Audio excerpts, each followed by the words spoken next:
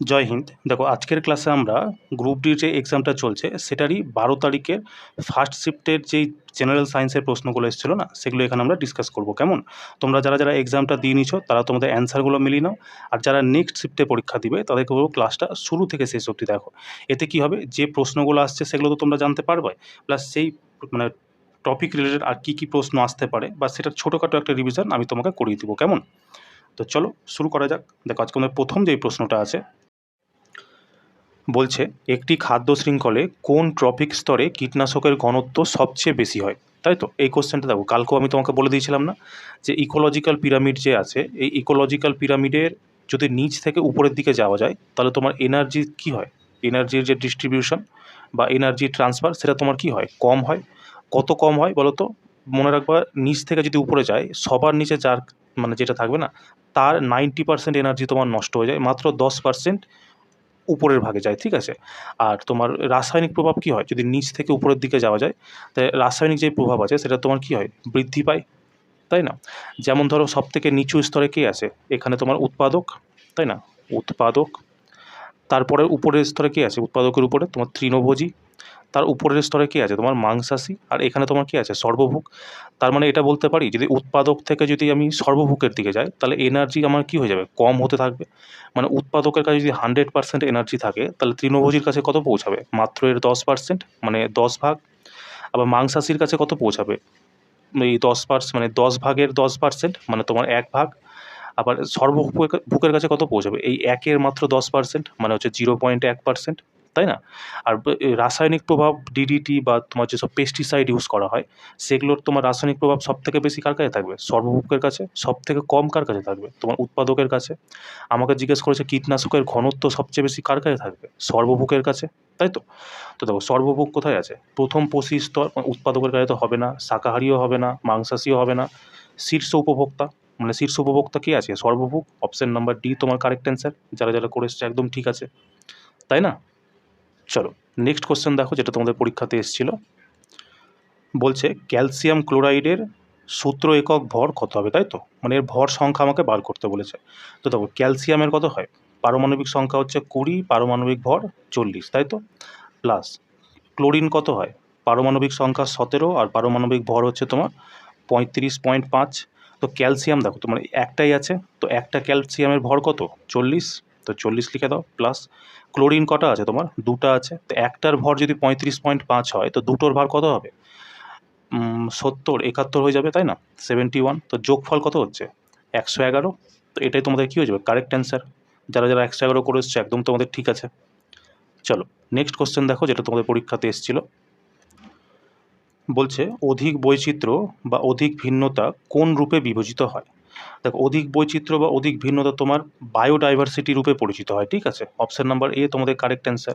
আর এটা কি বলতো, ওয়ান লাইনার প্রশ্ন, তোমাকে ডিরেক্ট মনে রাখতে হবে, বুঝতে পারলে? তো অপশন এ যারা যারা করে এসছো, মানে বায়োডাইভার্সিটি যারা যারা করে এসছো একদম তোমাদের কারেক্ট অ্যান্সার আসছে। চলো নেক্সট কোশ্চেন দেখো, যেটা তোমাদের পরীক্ষাতে এসেছিল। বলছে যদি কোনো ব্যক্তি ধূমপান শুরু করে তবে তার কাশি এবং শ্বসন সম্বন্ধী সমস্যাগুলি কার কারণে হয়। তো এইটা একটা রিপিটেড প্রশ্ন, তাই না? কিছুদিন আগে এই প্রশ্নটা এসেছিল। তো দেখো, যদি তুমি বেশি সিগারেট খাও তখন তোমার মানে হার্টের কোন জিনিসটা সব থেকে বেশি এফেক্টেড হবে জানো, অ্যালভিওলি। ঠিক আছে? অ্যালভিওলি। এই অ্যালভিওলি কী বলো তো? দেখো, এই যে আমার একটা শ্বাসনালী যেটা আছে এটাকে কী বলো, তোমার ট্র্যাকিয়া বলা হয়। ট্র্যাকিয়া সামনের দিকে এগিয়ে দুই ভাগে বিভক্ত হয়ে যায়, এই যে দুই ভাগে বিভক্ত হয়ে যাচ্ছে এটাকে তোমার কী বলে, ব্রঙ্কাই বলা হয়। এবার ব্রঙ্কাই কী বলো তো, বিভিন্ন শাখা প্রশাখায় বিভক্ত হয়ে যায় সামনে এগিয়ে। তো এই যে শাখা প্রশাখায় বিভক্ত হয়ে যাচ্ছে এটাকে তোমার ব্রঙ্কিওলস বলা হয়। ঠিক আছে? এই ব্রঙ্কিওলসের সামনে এরকম গোল গোল তোমার এয়ার স্যাকের মতো একটা অংশ থাকে যেটাকে আমরা অ্যালভিওলি বলি। এই অ্যালভিওলি কী করে, মেন কাজ হচ্ছে এর গ্যাসের বিনিময় করা। গ্যাসের বিনিময় কথার অর্থ কী, ধরো আমরা শ্বাস নিলাম, তাই তো? আমরা যখন শ্বাস নিই তখন কী আসে, কী নিই, আমরা অক্সিজেন নিই, তাও কত, 21% অক্সিজেন নিই। তাই তো? কার্বন ডাই অক্সাইড নিই কিছুটা, মানে তুমি ধরে রাখো ওই 0.04 বা 0.03%, 0.03%। আর আমরা নাইট্রোজেন নিই। ঠিক আছে? এটা কত নিই, 78%-এর মতো প্রায় নিই। এবার যখন আমরা এই জিনিসগুলো নিচ্ছি, মানে যখন নিচ্ছি সেটাকে কী বলা হয়, প্রশ্বাস বলা হয়। তাই না? তো দেখো, এই যখন এটা আমরা নিব তখন এর অ্যালভিওলি যে আছে তখন এ কী করবে, এই যে অক্সিজেন আছে অক্সিজেনকে শরীরের বিভিন্ন যে কাজ আছে সেই কাজের জন্য লাগিয়ে দিবে। তো এতে কী হবে, দেখো অক্সিজেন তো 21% অক্সিজেন নিলাম, এবার এই শরীরের বিভিন্ন কাজকর্ম করছে। আর এই যে কার্বন ডাই অক্সাইড নিচ্ছি বা এই অক্সিজেনের পর যে শরীরের বর্জ্য পদার্থ কার্বন ডাই অক্সাইড আছে সেগুলোকে তো বাইরে বের করতে হবে না। তো অ্যালভিওলি কী করে, এ হচ্ছে মানে এই যে আমাদের লাংস যা আমরা দেখবো যখন শ্বাস নিই তখন মানে কী হয়, একটু বুকটা ফুলে যায় কি না? তো ওই বুকটা অ্যাকচুয়ালি বুকটা ফুলে যায় তোমার এই ডায়াফ্রামের কারণে। কিন্তু হার্টের যে ব্যাপারটা আছে মানে যেখানে তোমার অ্যালভিওলি আছে, ঠিক আছে? হৃৎপিণ্ড ফুসফুস যেটাকে বলে, ওই ফুসফুসে তোমার কী হয় একটু সাইজ বেড়ে যায়। তো অ্যালভিওলি কী করে আমাদের মানে কী বলবো, এই লাংস যে আছে লাংসের পৃষ্ঠক্ষেত্রের তোমার কী বলে আয়তনকে বৃদ্ধি করে। কেন বৃদ্ধি করে? কারণ আমরা অক্সিজেন যখন যে অক্সিজেন নিচ্ছি, কার্বন ডাই অক্সাইড নিচ্ছি সেগুলোর তো কাজকর্ম করাতে হচ্ছে না।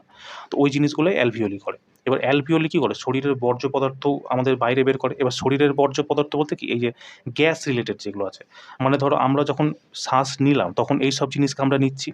কিন্তু যখন আমরা শ্বাস ছাড়ছি তখন আমরা কী বাইরে বের করছি জানো? অক্সিজেন বের করছি, দেখো 21% নিয়েছি, সেখান থেকে মাত্র 16 থেকে 17% অক্সিজেন আমরা কি বাইরে বার করি।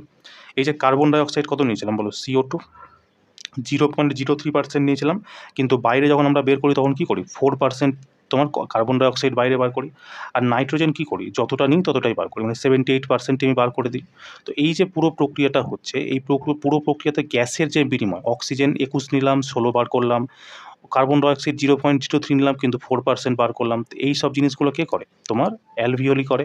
এবার আমরা যখন সিগারেট খাই তখন সিগারেট খেলে এই অ্যালভিওলির উপর বলে তো এবং চুলের মতো ছোটো ছোটো অংশ থাকে যেগুলোকে আমরা সিলিয়া বলি, এই সিলিয়াগুলোকেই মেরে দেয়, ঠিক আছে? সিলিয়াগুলোকে যেই মেরে দিবে সেই এই অ্যালভিওলি কী হয়, চুপসে যায় আস্তে আস্তে, বুঝতে পারলে? যার কারণে আমাদের শরীরে বিভিন্ন রকম মানে লাংস রিলেটেড বিভিন্ন রোগ হয়, ফুসফুসের ক্যান্সার হয় এই সব কারণের জন্য, ঠিক আছে? তো এই হচ্ছে ব্যাপার, আমরা যদি সিগারেট খাই এই জিনিসটা হয়। মেন এফেক্টেড কে হয়, সে হচ্ছে আমাদের অ্যালভিওলি। এবার দেখো এটা কোন অপশনে আছে, বলছে গ্রাসনালীর চওড়া হওয়া। গ্রাসনালী তো শ্বসনতন্ত্রের সাথে রিলেটই করে না, তাই না? এটা বাদ। বলছে শ্বসনিকাগুলি কুঁচকে যাওয়া, এটা তোমার কারেক্ট অ্যান্সার। শ্বসনিকাকেই তোমার ইংরেজিতে অ্যালভিওলি বলা হয়, ঠিক আছে?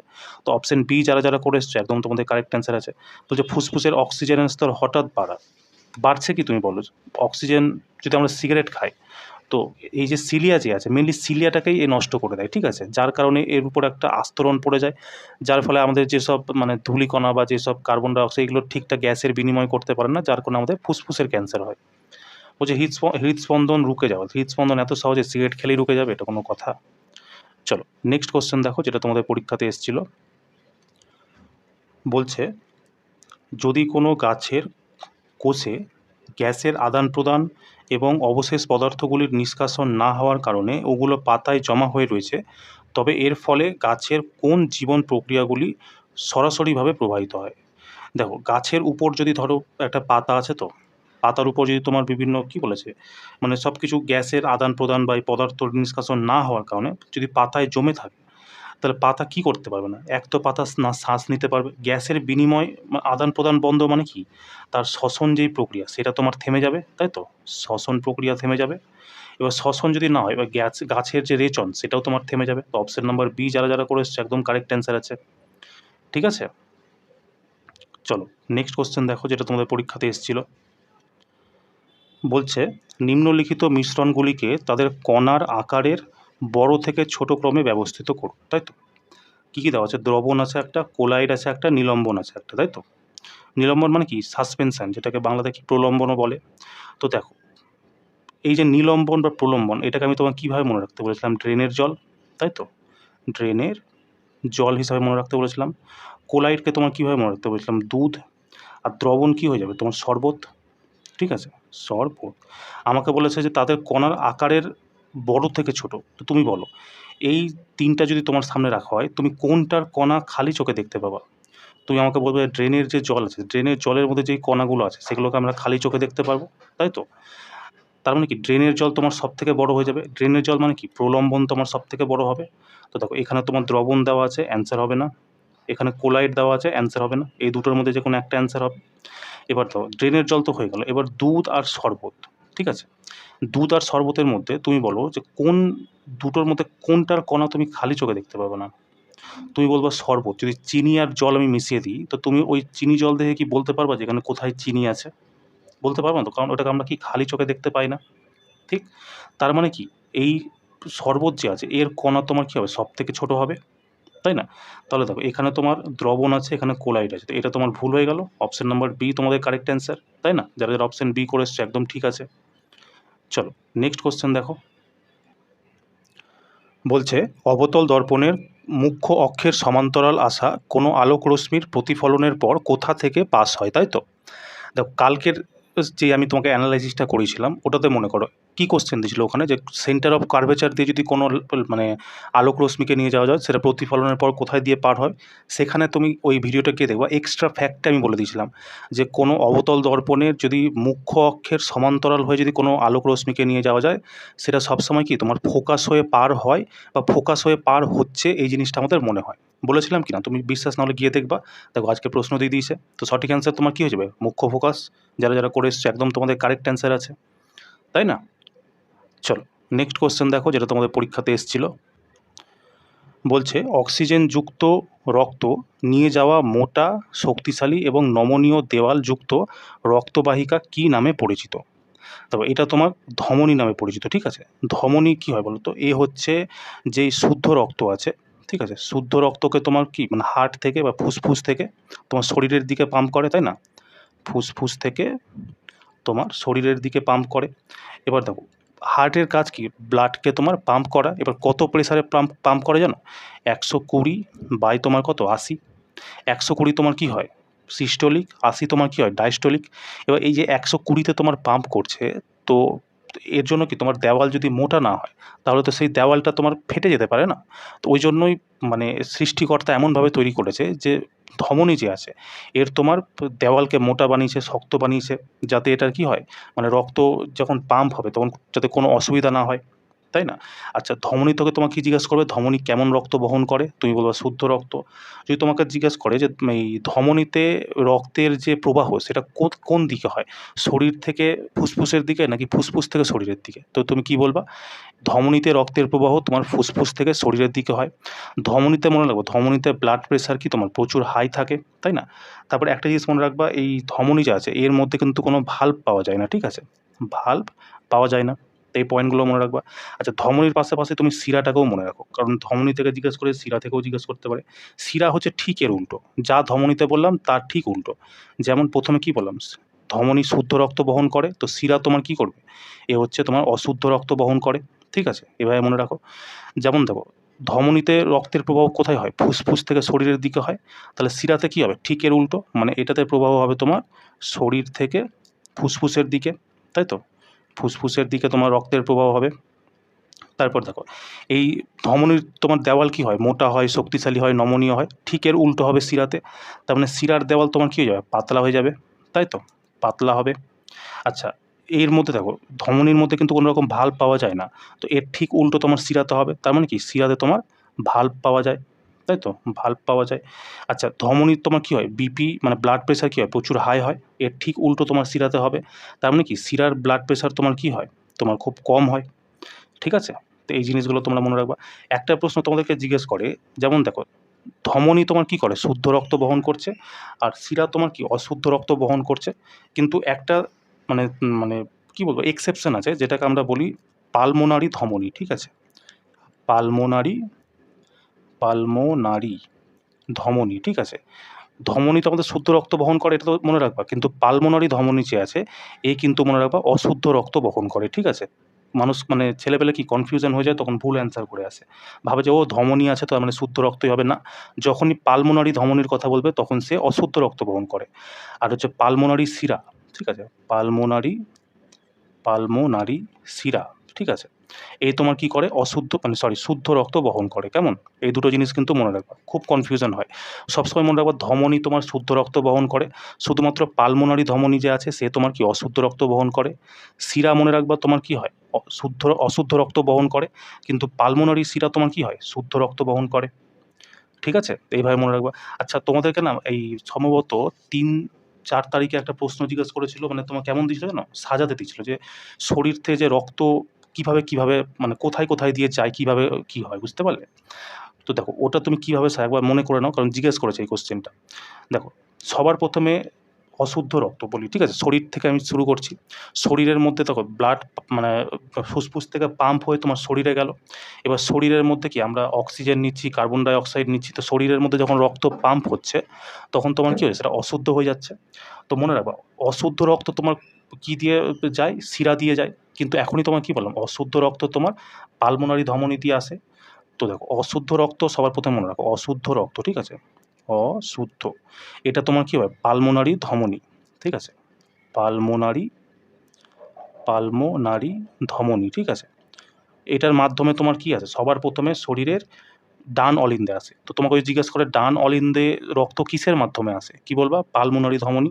আর এই পালমোনারি ধমনী তোমার অশুদ্ধ রক্ত বহন করে। তো এখান থেকে সবার প্রথমে আসবে তোমার ডান অলিন্দ, ঠিক আছে? ডান অলিন্দ। ডান অলিন্দ থেকে রক্ত যাবে তোমার কোথায় বলো তো? ডান নিলয়ে, ঠিক আছে? ডান নিলয়ে, কেমন? এবার ডান নিলয় থেকে রক্ত যাবে তোমার ফুসফুসে, ঠিক আছে? ফুসফুস। এই ফুসফুসে তোমার কী হবে? রক্তের শুদ্ধিকরণ হবে, ঠিক আছে? অশুদ্ধ রক্ত দেখো ডান অলিন্দে তোমার অশুদ্ধ রক্ত আসবে, সেখানে স্টোর হবে কিছুক্ষণের জন্য, দিয়ে সাট করে এখানে একটা ভাল্ব পাওয়া যাবে। মানে ডান অলিন্দের নিচে দেখো কীরকম হয়, এরকম ভাগ, ঠিক আছে? এটা ডান অলিন্দ, এটা ডান নিলয়, ঠিক আছে? এটা বাম অলিন্দ, এটা বাম নিলয়। ডান অলিন্দে রক্ত এলো কিসের মাধ্যমে? পালমোনারি ধমনীর মাধ্যমে। এখানে একটা ছোটো ভাল্ব থাকে, সেখান থেকে তোমার নিলয়ে আসবে, ডান নিলয়। ডান নিলয় থেকে ফুসফুসে যাবে, সেখানে রক্তের শুদ্ধিকরণ হবে, ঠিক আছে? শুদ্ধিকরণ হবে। এবার শুদ্ধিকরণ হওয়ার পর যখন রক্ত শুদ্ধ হয়ে গেল, ঠিক আছে? তখন সেইটা তোমার মনে রাখবা পালমোনারি শিরা, ঠিক আছে? শুদ্ধিকরণের পর এখানে লিখে পালমোনারি শিরা, ঠিক আছে? এটার মাধ্যমে শুদ্ধ রক্ত তোমার কোথায় আসবে? বাম অলিন্দে আসবে, ঠিক আছে? বাম অলিন্দে আসবে। বাম অলিন্দ থেকে তোমার এটা কোথায় যাবে? বাম নিলয়ে যাবে, ঠিক আছে? বাম নিলয়ে যাবে, ঠিক আছে? এই বাম নিলয় থেকে তারপর এটা কোথায় যাবে? মানে ধমনীর মাধ্যমে একদম প্রেসারের মাধ্যমে এটা কোথায়? শরীরের দিকে চলে যাবে, ঠিক আছে? শরীরে পৌঁছে যাবে। আবার শরীরে যখন অশুদ্ধ হয়ে যাবে, শরীরটা অশুদ্ধ হয়ে যাওয়ার পর পালমোনারি ধমনী হয়ে আবার ডান অলিন্দে আসবে, তারপর ডান নিলয়, ফুসফুস, পালমোনারি শিরাতে তোমার শুদ্ধ রক্ত আসবে। শুদ্ধ রক্ত ওখান থেকে বাম অলিন্দে আসবে, বাম অলিন্দ থেকে বাম নিলয়, বাম নিলয় থেকে তোমার ধমনীর মাধ্যমে শরীরে আবার পৌঁছে যাবে, ঠিক আছে? এই জিনিসটা মনে রাখবা, কেমন? চলো নেক্সট কোশ্চেন দেখো, যেটা তোমাদের পরীক্ষাতে এসেছিল। বলছে যদি কোনো কণা মানে কণার স্থানাঙ্ক হচ্ছে 0 সেখান থেকে 4 - 3 পর্যন্ত যখন গতি করে, তবে স্থানাঙ্কের রূপে সরণ কী হবে, তাই তো? দেখো, সরণ কী হয় জানো? সরণ হচ্ছে তোমার প্রথম স্থিতি এবং অন্তিম স্থিতির মধ্যে পার্থক্য, ঠিক? প্রথম স্থিতি আর অন্তিম স্থিতির মধ্যে পার্থক্য তোমার সরণের কোঅর্ডিনেট নির্ধারণ করে। তো এই দুটো যদি আমি পার্থক্য বার করি তো কী হবে দেখো, 4 থেকে 0 বাদ দিলে 4, -3 থেকে 0 বাদ দিলে -3। তো এটাই তোমার কারেক্ট অ্যান্সার হয়ে যাবে। কোথায় দেখো? অপশান নাম্বার এ, তাই না? যারা যারা করে এসছো একদম তোমাদের কারেক্ট অ্যান্সার আছে। চলো নেক্সট কোশ্চেন দেখো।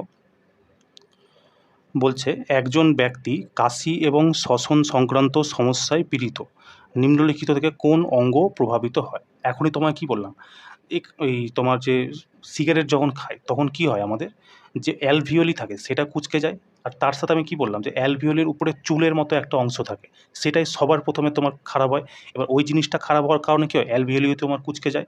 তো এখানে দিয়েছে যে উপরি শ্বসন মার্গের সিলিয়া তোমার কী হয়ে যায়? প্রভাবিত হয়। সিলিয়া কী হয়? চুলের মতো অংশটা, তাই না? তো অপশন নাম্বার এ যারা যারা করে এসছে একদম কারেক্ট অ্যান্সার আছে। এক্ষেত্রে কিন্তু শ্বসনিকা হবে না, শ্বসনিকা মানে কি? অ্যালভিওলি। বলছে নিম্নলিখিত কোন অঙ্গ প্রভাবিত হয়? সবার আগে প্রভাবিত কী হয়? তোমার সিলিয়া প্রভাবিত হয়। সিলিয়া প্রভাবিত হওয়ার কারণেই তোমার যে অ্যালভিওলি আছে সেটা তোমার মানে নষ্ট হয়ে যায়, কুঁচকে যায়, ঠিক আছে? বেশি ওরা মানে নিজের আয়তনকে বৃদ্ধি করতে পারে না, যার কারণে গ্যাসের বিনিময় হয় না, যার কারণে কী হয়? আমাদের ফুসফুসের উপর ক্যান্সার তৈরি হয়, ঠিক আছে? চলো নেক্সট কোশ্চেন দেখো, যেটা তোমাদের পরীক্ষাতে এসেছিল। বলছে কোনো ব্যক্তি পাহাড়ে চড়ার সিদ্ধান্ত নিলেন, তার ভর হচ্ছে m এবং মহাকর্ষীয় ত্বরণ g স্থির থাকলে স্থিতিশক্তি কখন সর্বাধিক হবে? স্থিতিশক্তির ফর্মুলা কী বলো?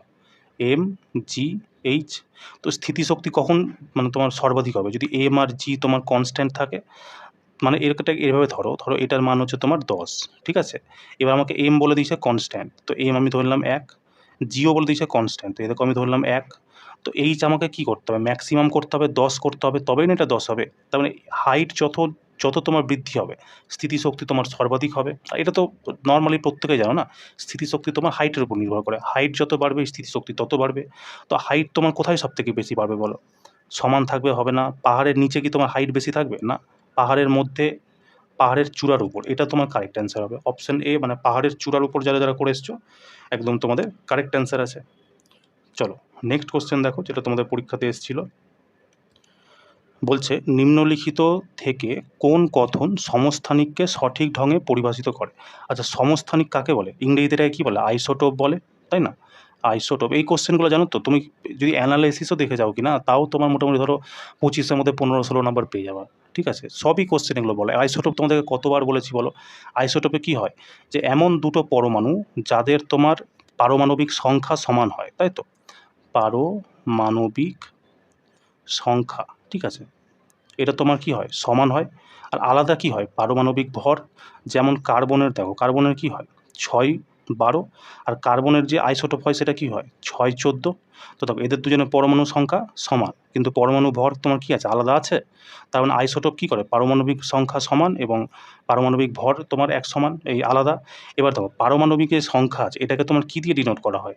প্রোটন, মানে কোনো পরমাণুর, মানে কি বলবো, পরমাণুতে উপস্থিত প্রোটনের মোট সংখ্যাকে তোমার কি বলে, পারমাণবিক সংখ্যা বলা হয়।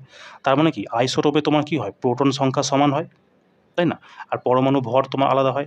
আচ্ছা, আইসোটোপ তোমার কি করে জানো? মনে রাখবে আইসোটোপের হচ্ছে রাসায়নিক গুণ সমান থাকে, ঠিক আছে? রাসায়নিক গুণ তোমার সমান থাকে। এটা তুমি কি করে মনে রাখবে বলো তো?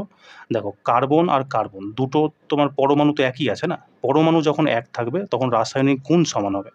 একটা মনে করা হয় আইসোবার, তাই তো? আইসোবার কি, যাদের ভর সংখ্যা সমান কিন্তু পারমাণবিক সংখ্যা আলাদা, সেটাকে আইসোবার বলে। এবার দেখো আইসোবারে তোমার কি হয়, যেমন আমি ধরলাম আর্গন ধরলাম, ঠিক আছে? আর্গনের তোমার কত হয়, আর্গনকে এ আর দিয়ে দেখায় না, আর্গনের পরমাণু সংখ্যা কত হয় 18, আর পারমাণবিক ভর 40। আর ক্যালসিয়াম নিয়ে নাও, ক্যালসিয়ামের পরমাণু সংখ্যা 20 আর পারমাণবিক ভর 40। তো দুজনের পরমাণু ভর সমান কিন্তু পারমাণবিক সংখ্যা আলাদা। আর দেখো এই দুটো পরমাণু আলাদা আলাদা, আর্গন আলাদা, ক্যালসিয়াম আলাদা। তার মানে কি এদের রাসায়নিক গুণ সমান হবে না, কিন্তু এদের ভৌতিক গুণ তোমার সমান হবে, ঠিক আছে? ভৌতিক গুণ বা ভৌত ধর্ম তুমি বলতে পারো, এটা তোমার সমান হবে, ঠিক আছে? তো এই পয়েন্টগুলো মনে রাখবা। প্রত্যেকটা থেকে যতগুলো পয়েন্ট তোমাকে বললাম সবটা থেকে তোমাকে প্রশ্ন জিজ্ঞেস করে, ঠিক আছে? তো এবার আমরা অপশানে চলে আসি। সমস্থানিকের ব্যাপারে বলেছে। দেখো প্রোটন সংখ্যা সমান, পরমাণু সংখ্যা সমান, এই দুটো তো তোমার ঠিক হয়ে গেল। ভর সংখ্যা সমান হবে না, নিউটনের সংখ্যা সমান হবে না, এই দুটো বাদ হয়ে গেল। এবার এই দুটোর মধ্যে দেখো প্রোটনের সংখ্যা সমান, নিউটনের সংখ্যা ভিন্ন। বলছে পরমাণুর সংখ্যা সমান, পরমাণু ভর সংখ্যা সমান। তো পরমাণু ভর সংখ্যাও তোমার আলাদা আলাদা থাকে, তাই না? তার মানে কি এটাও তোমার অ্যান্সার হবে না, এটাই তোমার কারেক্ট অ্যান্সার হয়ে যাবে। এবার দেখো নিউটনের সংখ্যা ভিন্ন কেন বলেছে জানো? নিউট্রন, দেখো আমরা কি জানি, পারমাণবিক ভর মানে এ সমান সমান কি হয়, পারমাণবিক সংখ্যা প্লাস তোমার কি হয় নিউট্রন। এবার যদি আমি নিউট্রন বার করি, ধরো কার্বনে এটা যদি আমি নিউট্রন বার করি 6-12, তো পারমাণবিক ভর কত আছে 12, আর প্রোটন সংখ্যা কত আছে 6। তো আমি জেডকে যদি এদিকে নিয়ে আসি তাহলে নিউট্রন হয়ে যাবে। তার মানে কি আমাকে পারমাণবিক ভর থেকে পারমাণবিক সংখ্যাকে বিয়োগ দিতে হবে। তো দেখো 12 থেকে 6 বাদ দিলে কত আসছে 6, এটা তোমার কি হয়ে গেল, নিউট্রন হয়ে গেল। এবার এটাতে দেখো 14 থেকে 6 বাদ দিলে তোমার কত হবে 8, এটাও তোমার কি হলো, নিউট্রন হয়ে গেল। কারণ পারমাণবিক ভর থেকে এ মাইনাস পারমাণবিক সংখ্যা জেড সমান সমান কি হয়, নিউট্রন হয়। তো দেখো এদের দুজনের নিউট্রন আলাদা আছে কি না, এটাই তোমাকে বলেছে। তো অপশন এ যারা যারা করে এসছে একদম কারেক্ট অ্যান্সার আছে, তাই না? চলো নেক্সট কোশ্চেন দেখো, যেটা তোমাদের পরীক্ষাতে এসেছিল। বলছে যখন কোনো ধাতু, এক সেকেন্ড, যখন কোনো ধাতু অন্য কোনো ধাতুর লবণ দ্রবণ থেকে বিক্রিয়া করে তখন প্রতিক্রিয়া বা প্রতিস্থাপন হওয়ার মূল শর্ত কী? দেখো প্রতিক্রিয়া বা প্রতিস্থাপন হওয়ার মূল শর্ত কী জানো? যেই মানে বিক্রিয়া করার পর যেই ধাতুটা আছে না, সেটা তোমার লবণের যে দ্রবণটা আছে, দ্রবণের মধ্যে যে ধাতুটা আছে তার থেকে বেশি রিঅ্যাক্টিভ হতে হবে, তবে তোমার কী হবে, প্রতিক্রিয়া হওয়াটা সম্ভব হবে, তাই না? এবার এটা দেখো কোন অপশানে আছে। বলছে বিক্রিয়া করার পর ধাতু লবণ দ্রবণে উপস্থিত ধাতু থেকে কম রিঅ্যাক্টিভ, তো অ্যান্সার হবে না। বলছে বিক্রিয়া করার পর ধাতু লবণ দ্রবণে উপস্থিত ধাতু থেকে অধিক রিঅ্যাক্টিভ হওয়া উচিত, অপশান নম্বর বি একদম কারেক্ট অ্যান্সার। যারা যারা করে এসছে একদম ঠিক আছে, তাই না? চলো নেক্সট কোশ্চেন দেখো, যেটা তোমাদের পরীক্ষাতে এসেছিল। বলছে যদি দুটো শব্দের লাউডনেস সমান কিন্তু পিচ ভিন্ন হয় তবে তাদের তরঙ্গ বৈশিষ্ট্যের ক্ষেত্রে নিচের কোন বিবৃতিটি সঠিক, তাই তো? দেখো এটার জন্য তোমাকে জানতে হবে কি জানো, শব্দের যে লাউডনেস আছে, লাউডনেসকে ইংরেজিতে কী বলে? ইন্টেন্সিটি, তাই তো? বা তীব্রতা যেটাই বলো। তো লাউডনেস যেটা আছে, ঠিক আছে, লাউডনেস এটা তোমার সমানুপাতি হয় এই অ্যামপ্লিচিউডের উপর, ঠিক আছে? এটাকে বাংলাতে কী বলে? বিস্তার বলে, ঠিক আছে? মানে বিস্তার যদি বেশি হয় মানে তাহলে শব্দ কি তোমার লাউডনেস বেশি হবে, মানে শব্দ বেশি জোরে শোনা যাবে, তাই না? আর যে তোমার পিচ আছে, পিচ তোমার কিসের উপর নির্ভর করে? এইটা তোমার নির্ভর করে হচ্ছে মানে ওই কী বলবো, ফ্রিকোয়েন্সির উপর, ঠিক আছে? ফ্রিকোয়েন্সি, এক সেকেন্ড, ফ্রিকোয়েন্সি, ঠিক আছে? ফ্রিকোয়েন্সি মানে কি? কম্পাঙ্ক, মানে কম্পাঙ্ক যত বেশি হবে পিচ তত বেশি হবে। আর পিচের লক্ষণ কী বলো তো? লাউডনেস যেমন শব্দের কি জোরে বা আস্তে এই জিনিসটাকে মানে কী বলবো, এই জিনিসটা বুঝতে পারি, শব্দ জোরে শোনাচ্ছে বা আস্তে শোনাচ্ছে সেটা কিসের উপর নির্ভর করে? লাউডনেসের উপর। আর লাউডনেস নির্ভর করে তোমার অ্যামপ্লিচিউডের উপর। পিচ যে আছে, পিচের কারণে আমরা কোনো শব্দ পাতলা না মোটা সেটার মধ্যে পার্থক্য করতে পারি, বুঝতে পারলে? আর এই পিচ তোমার নির্ভর করে কোথার উপর? ফ্রিকোয়েন্সির উপর, মানে ফ্রিকোয়েন্সির সমানুপাতি হয়, মানে ফ্রিকোয়েন্সি যত বেশি হবে পিচ তত বেশি হবে, তাই না? তো দেখো আমাকে কি বলেছে, যদি দুটি শব্দের লাউডনেস সমান হয়, লাউডনেস কিসের উপর নির্ভর করছে? বিস্তারের উপর। লাউডনেস যদি সমান হয় তার মানে কি বিস্তারও তোমার সমান হবে, তাই তো? তো এখানে তোমার দেওয়া আছে ভিন্ন বিস্তার, এটা অ্যান্সার হবে না। ভিন্ন বিস্তার এটা তোমার অ্যান্সার হবে না। এই দুটোর মধ্যে যে কোনো একটা অ্যান্সার হবে। এবার দেখো সমান বিস্তার তো দুটোই আছে, বলছে তাদের পিচ ভিন্ন হয়। পিচ কিসের উপর নির্ভর করছে? ফ্রিকোয়েন্সির উপর। তার মানে যদি পিচ যদি ভিন্ন হয় তার মানে ফ্রিকোয়েন্সিও তোমার কী হবে? ভিন্ন হবে। তো দেখো এখানে তোমার কী বলছে? সমান ফ্রিকোয়েন্সি, তো এটা তোমার অ্যান্সার হবে না। অপশান নাম্বার বি তোমার কারেক্ট অ্যান্সার, ঠিক আছে? তো এই জিনিসটা মনে রাখবা। এই ৩টা জিনিস তোমাকে মনে রাখবা, ঠিক আছে? ৩টা থেকেই তোমাকে প্রশ্ন দেয়। একটা হচ্ছে লাউডনেস কিসের উপর নির্ভর করে? তুমি বলবে অ্যামপ্লিচিউড, এটাকে বিস্তার বলা হয় বাংলাতে। পিচ যে আছে এটা তোমার ফ্রিকোয়েন্সির উপর নির্ভর করে। আর একটা তোমার আছে কোয়ালিটি, ঠিক আছে? কোয়ালিটি, কোয়ালিটি তোমার নির্ভর করে মনে রাখবা ওভারটোনের উপর, ঠিক আছে? ওভারটোন, ঠিক আছে? এই ৩টা জিনিস মনে রাখবা। ৩টা থেকেই তোমাকে প্রশ্ন দিবে বা তোমাকে এই ধরনের প্রশ্নগুলো স্টেটমেন্ট ওয়াইজ দিবে। তো এই 3টা যদি মনে রাখো তোমার কোনো অসুবিধা নাই, খাট করে অ্যান্সার হয়ে যাবে, তাই না? চলো নেক্সট কোয়েশ্চেন দেখো, যেটা তোমাদের পরীক্ষাতে এসেছিল। বলছে যদি উদ্ভিদের পাতার স্টোমেটা ব্লক হয়ে যায়, যার ফলে জল, গ্যাস এবং বর্জ্য পদার্থ জমা হয়ে যায়, তবে কোন দুটি প্রাথমিক জৈবিক প্রক্রিয়া সরাসরি প্রভাবিত হবে, তাই তো? দেখো স্টোমেটা সম্বন্ধে তোমাকে আগের দিনই বলেছিলাম না? পুরো লাস্ট ক্লাসে কিংবা তার আগের দিনে যে অ্যানালাইসিসটা করেছিলাম সেখানে হয়তো বলেছিলাম।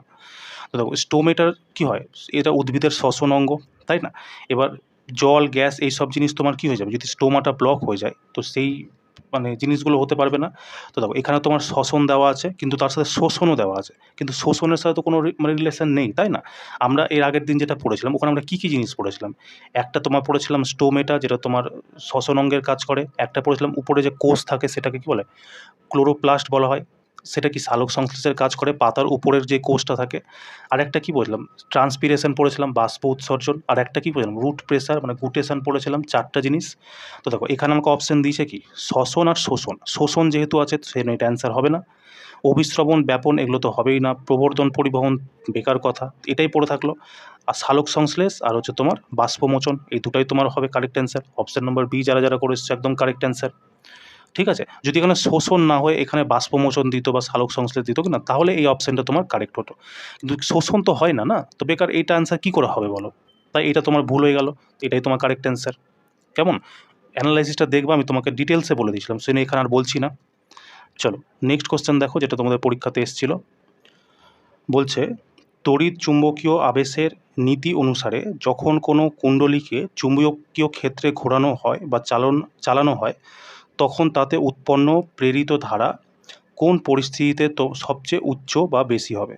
তোমরা একটা ফর্মুলা পড়েছো, এফ সমান সমান Q V B sine theta, তাই না? এটা পড়েছো? এটা তোমার কী বলতো লরেঞ্জ বলের ব্যাপারে বলছে। লরেঞ্জ বল কী বলে? যখন কোনো মানে আবেশিত কণ যে আছে মানে চার্জযুক্ত কণ চুম্বকীয় ক্ষেত্রে তোমার কী করে? গতি করে। তখন তার যে গতি আছে না, গতির দিকে আর চুম্বকীয় ক্ষেত্রের দিকে দুটোতেই তোমার একটা কী বলবো মানে বল উৎপন্ন হয় বা আরোপিত করা হয়, ঠিক আছে? এবার এই গতিশীল আবেশের কারণে বা আধানের কারণে যে উৎপন্ন এই যে বলটা আছে না, এই বলটাকেই তোমার লরেঞ্জ বল বলা হয়, ঠিক আছে? আর এখানে তো লরেঞ্জ বল দেখো, কিউ তোমার এখানে কি? আধানের কথা বলছে। ভি হচ্ছে তোমার কি? যে আধান আছে সেটার গতি। আর এখানে বি তোমার কি? চুম্বকীয় ক্ষেত্র। আর সাইন থিটা। আচ্ছা আমাকে বলো সাইন থিটার মান সবথেকে বেশি কখন হয়? যখন এর মান 90 ডিগ্রি হয়, তাই না? সাইন 90 ডিগ্রির মান কত? একই না হয়? তো এটার সময় কি সব থেকে বেশি? তার মানে দেখো অ্যান্সার কী বলবে? বলছে যখন কুণ্ডলী চুম্বকীয় ক্ষেত্রে সমান্তরাল গতি করে, সমান্তরাল গতি করলে সাইন থিটার মান কী হয়ে যাবে? 0 ডিগ্রি। 0 ডিগ্রি হলে টোটাল তো 0 হয়ে যাবে, তার মানে কি সব থেকে কম হয়ে যাবে, তো এটা তোমার অ্যান্সার হবে না। বলছে যখন কুণ্ডলীকে চুম্বকীয় ক্ষেত্রে লম্ববত 90 ডিগ্রির অত্যন্ত ধীর গতিতে চালনা করে, 90 ডিগ্রি যদি করা তো এটা ম্যাক্সিমাম হয়ে যাবে। আমাকে এটাই না জিজ্ঞাসা করছে সব থেকে উচ্চ বা বেশি, তো অপশান নাম্বার বি তোমার কারেক্ট অ্যান্সার হয়ে যাবে। দেখছো তো, ফর্মুলা বেসড প্রশ্ন কিন্তু ভাষাতে তোমাকে দিয়ে দিয়েছে, তাই না? তো এই পয়েন্টগুলো তোমরা মনে রাখবা, ঠিক আছে? চলো নেক্সট কোশ্চেন দেখো, যেটা তোমাদের পরীক্ষাতে এসেছিল। বলছে প্রদত্ত রাসায়নিক বিক্রিয়া ZnO প্লাস সি, এখান থেকে Zn+CO হয়েছে, এতে কোন পদার্থ বিজারণের শিকার হচ্ছে? আচ্ছা, বিজারণের কাকে বলে বলো? বিজারণ যদি জানো তাহলে তুমি অ্যান্সারটা করে দিতে পারবা। বিজারণ মানে ইংরেজিতে এটা কী বলা হয়? রিডাকশান বলা হয়। রিডাকশানে তোমার কী হয়? অক্সিজেন তোমার কী হয়? ত্যাগ হয়, তাই না? অক্সিজেনের ত্যাগ হয়। আর অক্সিডেশন মানে জারণে তোমার কী হয়? অক্সিজেনের গ্রহণ হয়। এবার দেখো এটা জিঙ্ক অক্সাইড আছে আর কার্বন আছে, ঠিক? যখন এরা রিয়্যাক্ট করছে তখন দেখো তোমার কী করছে? জিঙ্ক তৈরি হচ্ছে আর কার্বন মনোঅক্সাইড তৈরি হচ্ছে। তো এখান থেকে দেখো অক্সিজেন জিঙ্কের সাথে যুক্ত ছিল, যখন রিয়্যাক্ট করলো তখন কি জিঙ্ক থেকে এটা ত্যাগ হয়ে গেল। তার মানে এখানে বিজারণ কার হচ্ছে? তুমি বলবো জিঙ্ক অক্সাইডের বিজারণ হচ্ছে, কারণ জিঙ্ক অক্সাইডই না নিজের অক্সিজেন ত্যাগ করে দিচ্ছে, আর অক্সিজেন ত্যাগ করাকে তোমার কী বলা হয়? বিজারণ বলা হয়। এবার দেখো এটা কোন অপশানে আছে? বলছে কার্বনের জারণ ঘটে কারণ এটি অক্সিজেন গ্রহণ করে। এটা ঠিক কথা, কিন্তু আমাকে এটা জিজ্ঞেস করেনি, আমাকে জিজ্ঞেস করছে বিজারণের শিকার হচ্ছে কোনটা। বলছে জিঙ্ক অক্সাইডের বিজারণ ঘটে কারণ এটি অক্সিজেন হারিয়ে জিঙ্ক হয়ে যায়। এটাই তো আমি তোমাকে বললাম কি না? তো option number B correct answer. যারা যারা করে এসছো একদম তোমাদের কারেক্ট আছে। চলো নেক্সট কোশ্চেন দেখো, যেটা তোমাদের পরীক্ষাতে এসেছিল।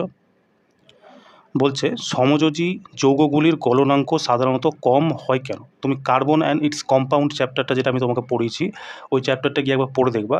এই লাইনটা আমি তোমাকে বলেছিলাম যে সমযোজী যৌগের গলনাঙ্ক কেন কম হয়? কারণ এদের মধ্যে যে আকর্ষণ বল হয় সেটা কম হয় সমযোজী বন্ধনে, তাই না? সেই জন্য এর কি তোমার গলনাঙ্ক কম হয়। এটা কোথায় লেখা আছে দেখো। বলছে অণুগুলির ভিতরে সমযোজী বন্ধন অত্যন্ত দুর্বল হয়, ভুল কথা।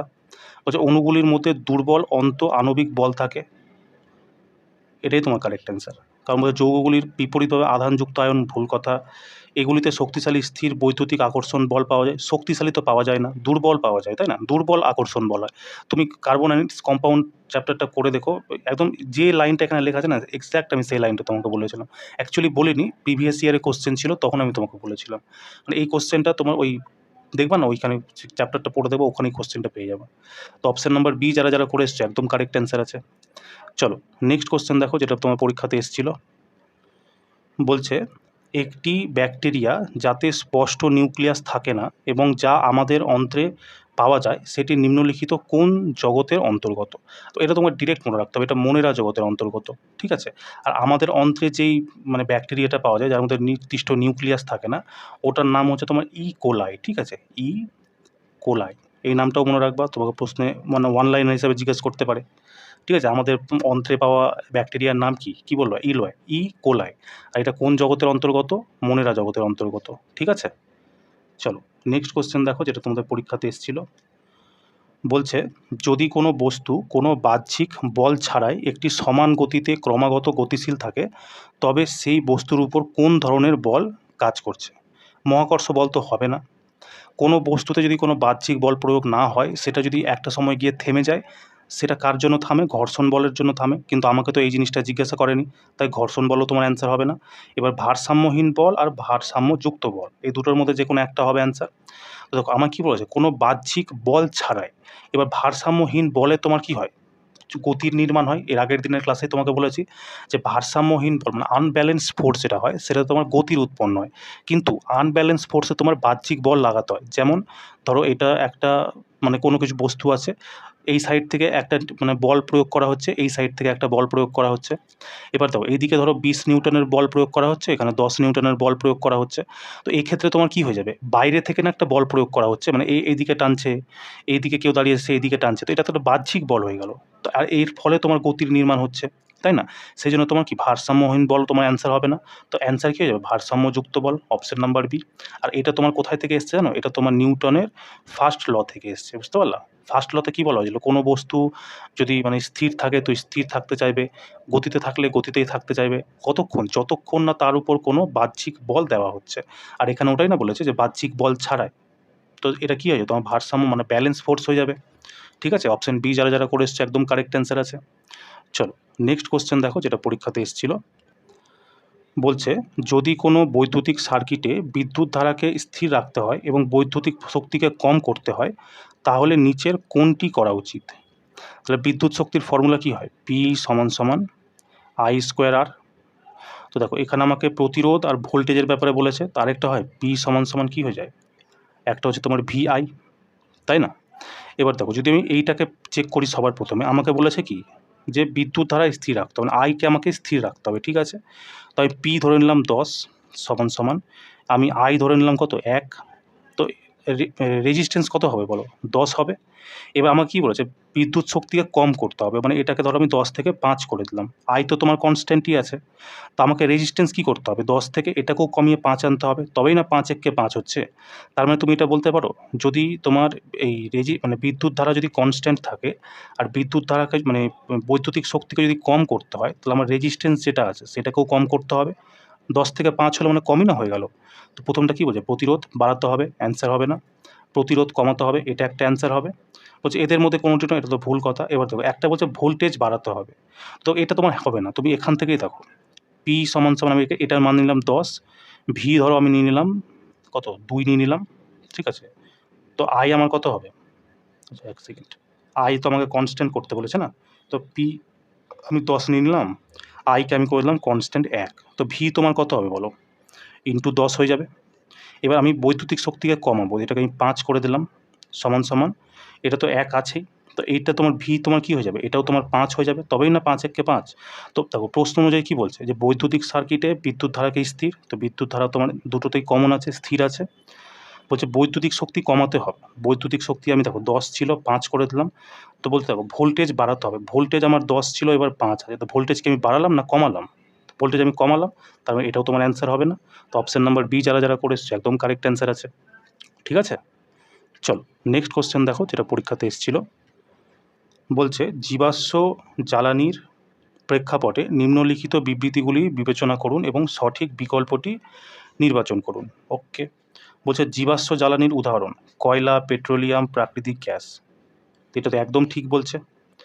বলছে এগুলো লক্ষ লক্ষ বছর ধরে চাপা পড়ে যাওয়া জীবন্ত গাছপালা এবং প্রাণীর অবশেষ থেকে তৈরি। এটাও তো ঠিকই বলছে না? তাহলে তো উভয় সত্য, option number C correct answer. চলো নেক্সট কোশ্চেন দেখো।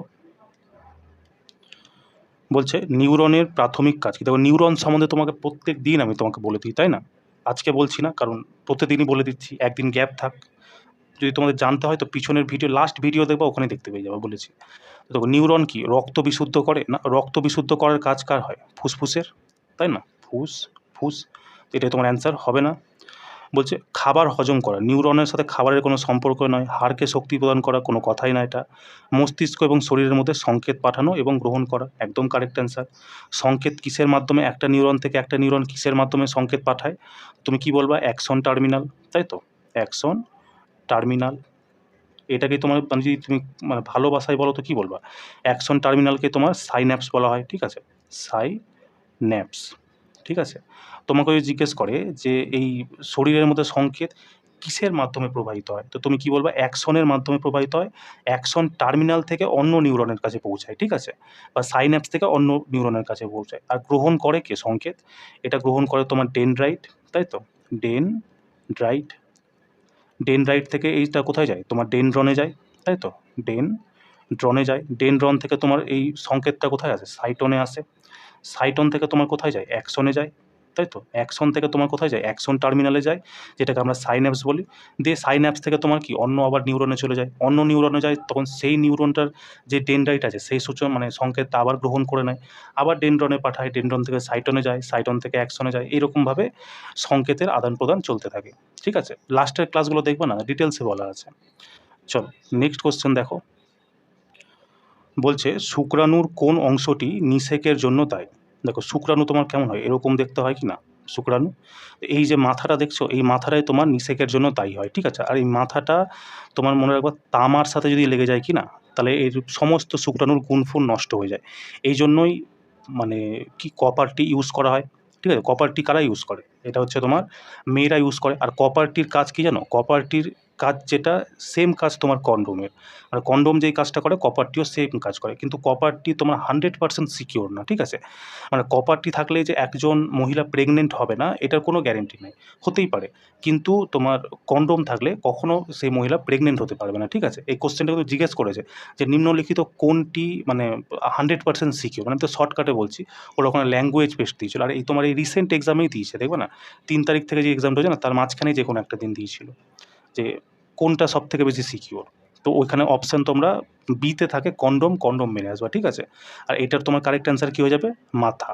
Option number C correct answer, যারা যারা করে এসছে একদম ঠিক আছে, ঠিক আছে। আর দেখো যখন স্পার্ম যখন এই সার্ভিক্সের মাধ্যমে যখন ইসের ভিতরে ঢোকে না, তখন এমন না যে সব শুক্রাণুরই তোমার লেজ থাকে, বুঝতে পারো তো।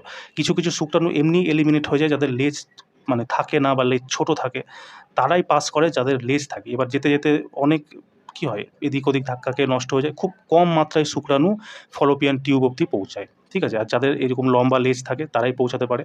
আর ওই যে ফলোপিয়ান টিউবে গিয়ে যখন ডিম্বাণুর সাথে মিলবে কি না, এই মাথাটাই গিয়ে যখন ধাক্কা খাবে তখন সেখানে ফার্টিলাইজ হয়ে যাবে, ঠিক আছে। আর ফার্টিলাইজ হয়ে যাওয়ার পর সবার প্রথমে কী তৈরি হয়, মনে রাখবা জাইগোট, ঠিক আছে, জাইগোট। আর জাইগোটের আগে এই শুক্রাণু আর এই ডিম্বাণু এদেরকে আলাদা আলাদাভাবে কী বলা হয়, গ্যামেট বলা হয়, ঠিক আছে। গ্যামেট যখন মিলে গেল তখন জাইগোটের তৈরি করলো, জাইগোটের কোষ বিভাজন হলো, সেখান থেকে তোমার ভ্রূণের নির্মাণ হয়, কেমন। তো এই পয়েন্টগুলোও মনে রেখো। চলো নেক্সট কোশ্চেন দেখো, বলছে এদের মধ্যে কোনটি ছাড়া বাকি সবগুলি মহিলা প্রজনন অঙ্গ। ফলোপিয়ান টিউব তো মেয়েদের থাকে, ডিম্বাশয় তোমার মেয়েদেরই থাকে, ভাজাইনাও তোমার মেয়েদেরই থাকে, তো ভ্যাস ডিফারেন্সই তোমার কারেক্ট অ্যান্সার হয়ে যাবে অপশন নাম্বার সি। ভ্যাস ডিফারেন্সের কাজ কি জানো, এটা হচ্ছে যেই অন্ডকোষে যে তোমার স্পার্ম তৈরি হয় সেই স্পার্মটাকে তোমার মানে কি বলবো রাস্তাতে নিয়ে আসা, বুঝতেই পারছো মানে কী বলতে চাইছি। তো ভাস ডিফারেন্সের কাজ হচ্ছে শুক্রাণুকে তার মানে সঠিক জায়গাতে নিয়ে আসা যেখান থেকে সেটা ডিসচার্জ হতে পারে, ঠিক আছে। আর একটা জিনিস মনে রাখবা, এই যে যখন মানে কী বলবো ওই কী বলে ওটাকে, নাসবন্দি একটা শুনেছো না, নাসবন্দি যেটা হয় সেখানে তোমার এই ভ্যাস ডিফারেন্সকেই কেটে দেওয়া হয়। এই জন্য ভ্যাস ডিফারেন্সকে কেটে দেওয়া হয় বলেই পুরুষ যেই নাসবন্দি যেটাকে বলে সেটাকে তোমার বলা হয় ভ্যাসেক্টোনমি, ঠিক আছে। এই কোশ্চেনটা আমাকে জিজ্ঞেস করেছিল জানো, ভ্যাসেক্টোনমি, ভ্যাসেক্টোনমি। পুরুষদের যখন ভ্যাস ডিফারেন্স কেটে দেওয়া হয় সেটাকে ভ্যাসেক্টোনমি বলে। আর মহিলাদের কি কেটে দেওয়া হয় জানো, ফলোপিয়ান টিউব কেটে দেওয়া হয়। সেই জন্য যখন ফলোপিয়ান টিউব যেটাকে মেয়েদের নাসবন্দি বলে সেটাকে তোমার বলা হয় টিউব্যাক্টোনমি, ঠিক আছে। কারণ টিউবকে কেটে দিচ্ছে, টিউব্যাক্টোনমি, ঠিক আছে। তো এই পয়েন্টগুলো মনে রাখবা। একটা কোশ্চেন তোমাদেরকে দিয়েছিল যে শব্দের যে গতি হয় সেটা সবথেকে বেশি কিসে হয়, ঠিক আছে। তো তোমাদের সাজাতে হতো যে কোনটাতে সবথেকে বেশি হয়, কোনটাতে সবথেকে কম হয়। এবার কোশ্চেনটা সম্ভবত তোমাকে হয়তো বড় থেকে ছোট দিয়েছিল বা ছোট থেকে বড় দিয়েছিল। তা আমি তোমাকে বলে দিচ্ছি, শব্দের দেখো গতি যেটা হয় না, শব্দের গতি সবথেকে বেশি হয় তোমার কঠিনে, ঠিক আছে। তারপরে হয় তোমার তরলে, ঠিক আছে, তারপরে হয় তোমার গ্যাসে। তো যারা যদি মানে বড় থেকে ছোট মানে বেশি থেকে কম দিতে চায় মানে জিজ্ঞেস করে, তাহলে কঠিন, তরল, গ্যাস যারা মেরে এসছো কারেক্ট অ্যান্সার আছে। আর যদি মানে কম থেকে বেশি জিজ্ঞেস করে তাহলে গ্যাস, তরল, কঠিন যারা করে এসছো তাদেরটা ঠিক আছে, কেমন। এবার তোমরাই বলবে যে কোনটা ছিল, ঠিক আছে। তো চলো এই ছিল আজকে আমাদের ক্লাস, মোটামুটি যতগুলো কোশ্চেন এসেছিলো সবই তোমাদেরকে বলে দিলাম। তো দেখা হচ্ছে নেক্সট ক্লাসে। জয় হিন্দ।